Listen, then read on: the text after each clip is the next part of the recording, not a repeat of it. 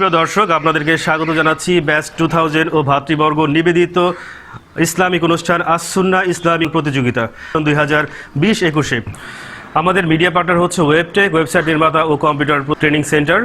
সুপ্রিয় দর্শক, আমরা 17টি মাদ্রাসাকে ইনভাইট করেছি আমাদের অনুষ্ঠানে অংশগ্রহণ করার জন্য। তার মধ্যে বান্দুরা আল আমিন এতিমখানা ও মাদ্রাসাকে আমরা প্রথমে বেছে নিয়েছি প্রতিযোগিতার জন্য।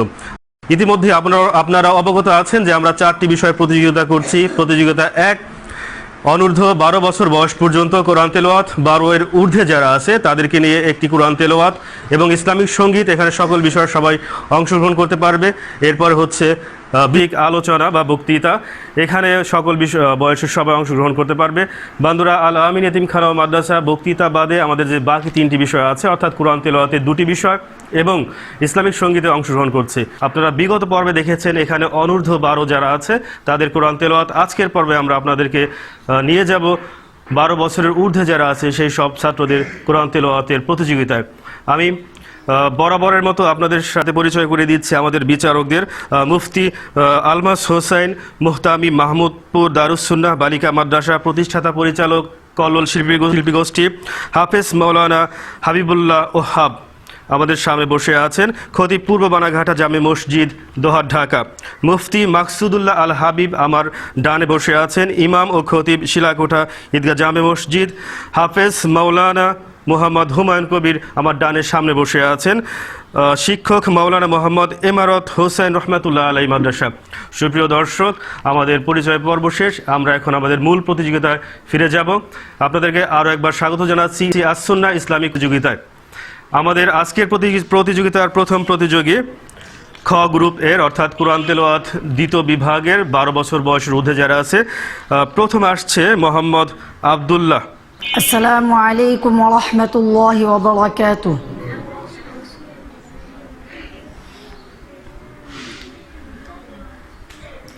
আউযু বিল্লাহি মিনাশ শাইতানির রাজীম। বিসমিল্লাহির রহমানির রহিম।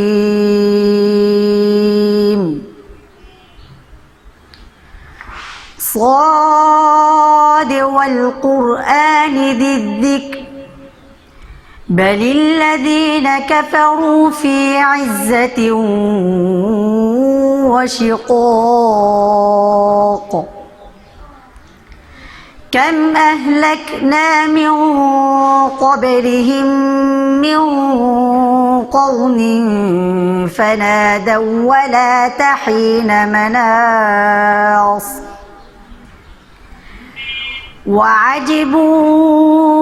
وعجبوا أن جاءهم منذر منهم وقال الكافرون هذا ساحر كذاب أجعل الآلهة إلها واحدا إن هذا لشيء عجاب وانطلق الملأ منهم أن امشوا واصبروا على آلهتكم إن هذا لشيء يراد ما سمعنا بهذا في الملة الآخرة إن هذا إلا اختلاق صدق الله العظيم। মাশাআল্লাহ, মোহাম্মদ আবদুল্লাহর কাছ থেকে আমরা চমৎকার আল্লাহর বাণীর তেলাওয়াত শুনলাম। আমাদের এরপরের প্রতিযোগী মোহাম্মদ আহমদুল্লাহ। এবার আসবে মোহাম্মদ আহমদুল্লাহ। আসসালামু আলাইকুম ওয়া রাহমাতুল্লাহি ওয়া বারাকাতুহু। আউযু বিল্লাহি মিনাশ শাইতানির রাজীম। বিসমিল্লাহির রহমানির রহিম।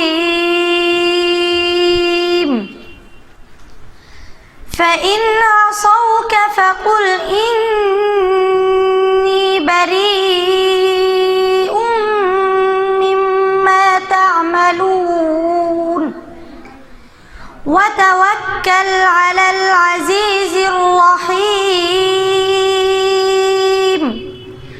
الذي يراك حين تقوم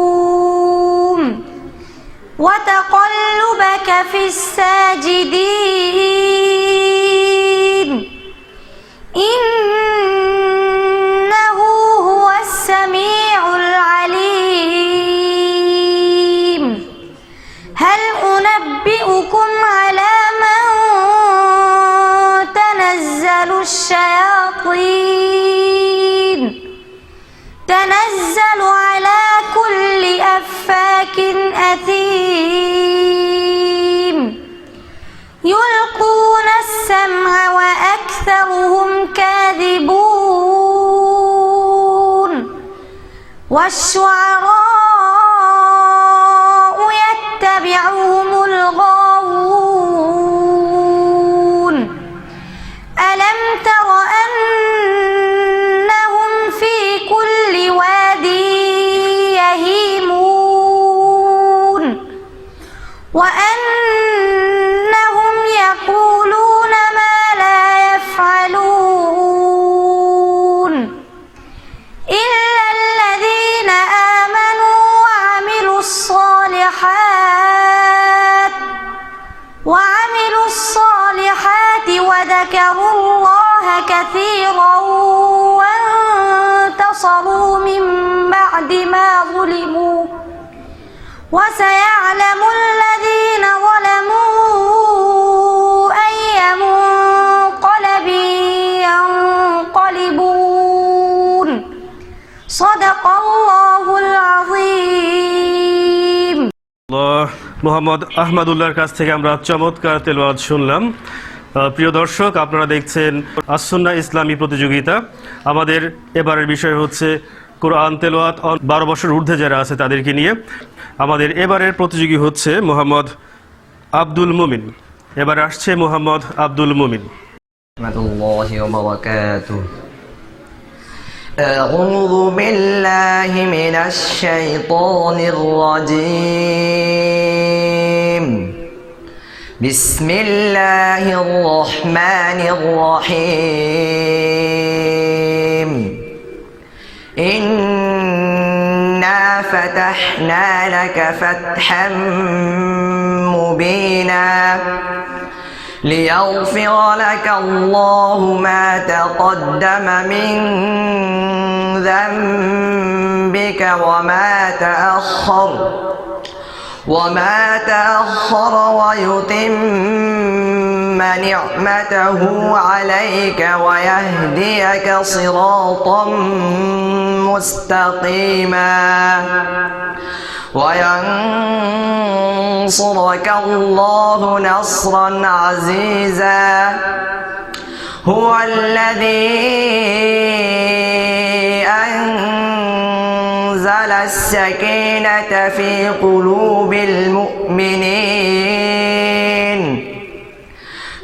قلوب المؤمنين ليزدادوا إيمانا مع إيمانهم ولله جنود السماوات والأرض وكان الله عليما حكيما ليدخل المؤمنين والمؤمنات جنات تجري من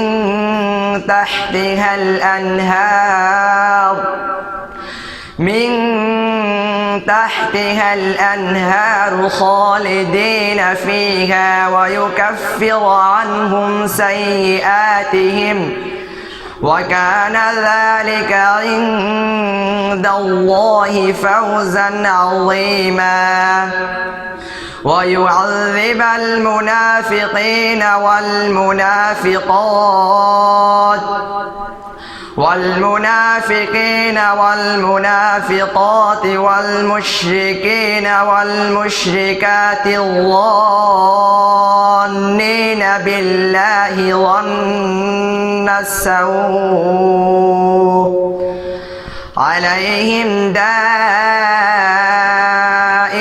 السوء وغضب الله عليهم ولعنهم وأعد لهم جهنم وساءت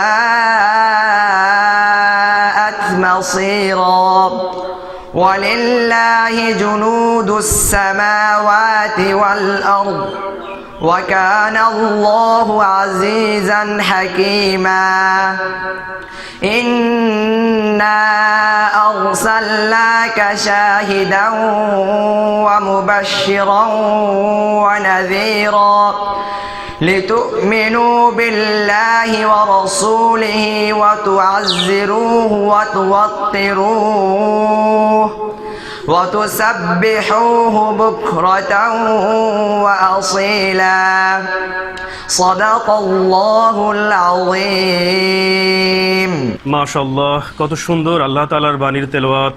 যত শুনি ততই মন্ত্রমুগ্ধ হয়ে যাই আমরা দেখতে দেখতে তিনজন প্রতিযোগীর কোরআন তেলাওয়াত শুনলাম। প্রিয় দর্শক, আপনারা দেখছেন ব্যাচ 2000 ও ভাতৃবর্গ নিবেদিত আসসুন্নাহ ইসলামিক প্রতিযোগিতা।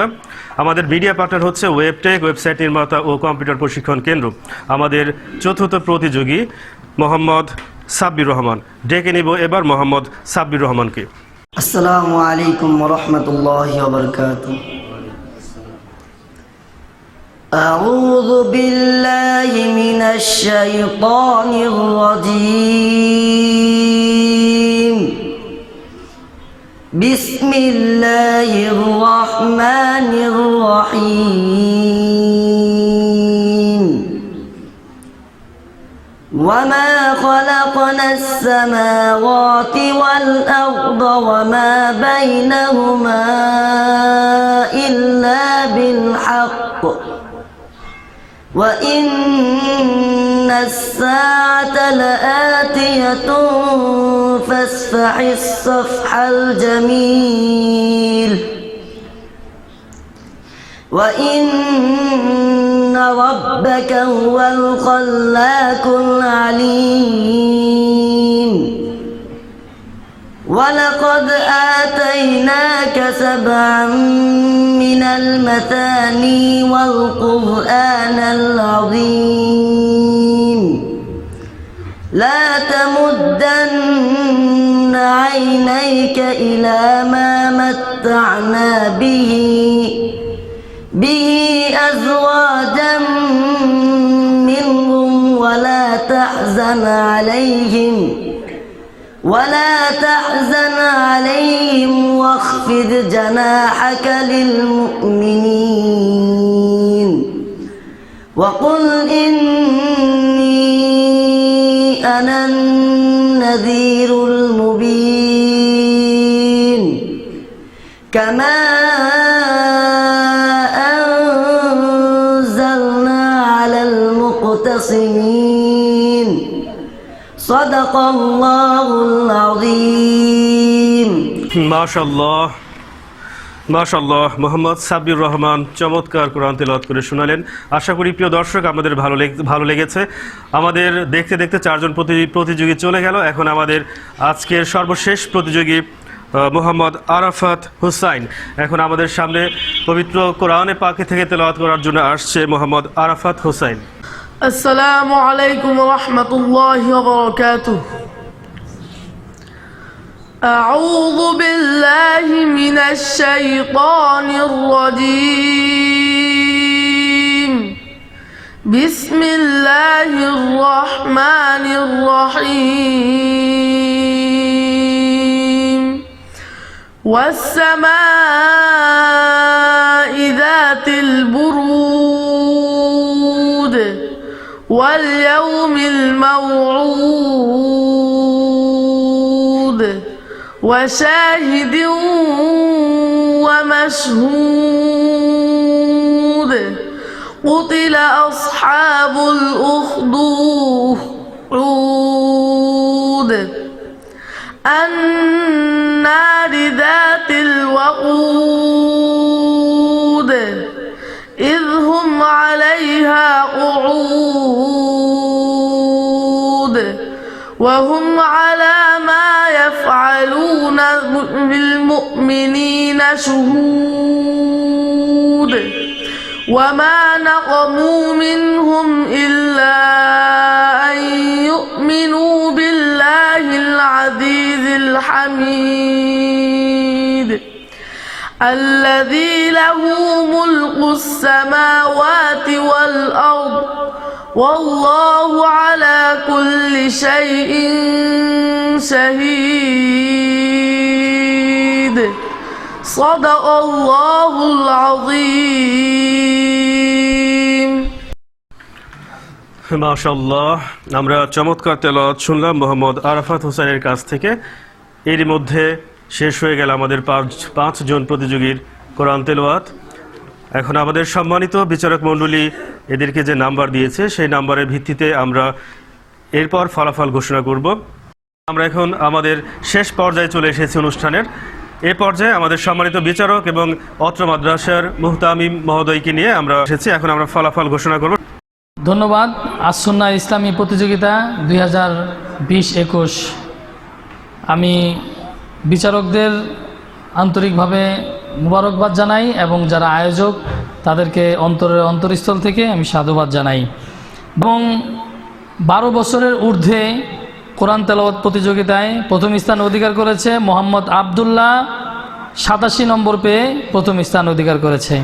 দ্বিতীয় স্থান অধিকার করেছে মোহাম্মদ আহমদুল্লাহ, 82 নম্বর পেয়ে। তৃতীয় স্থান অধিকার করেছে আব্দুল মমিন, 74 নম্বর পেয়ে তৃতীয় স্থান অধিকার করেছে। আমি আবারও সবাইকে ধন্যবাদ জানাই এবং বান্দর আলামিন এতিমখানা মাদ্রাসা মসজিদ কমপ্লেক্সের সকল ছাত্র এবং শিক্ষকদের আরও দিনে দিনে আরও উন্নতি কামনা করে আজকের আয়োজন এখানে শেষ করছি। ধন্যবাদ সবাইকে। আসসালামু আলাইকুম ওয়া রাহমাতুল্লাহি ওয়া বারাকাতুহু।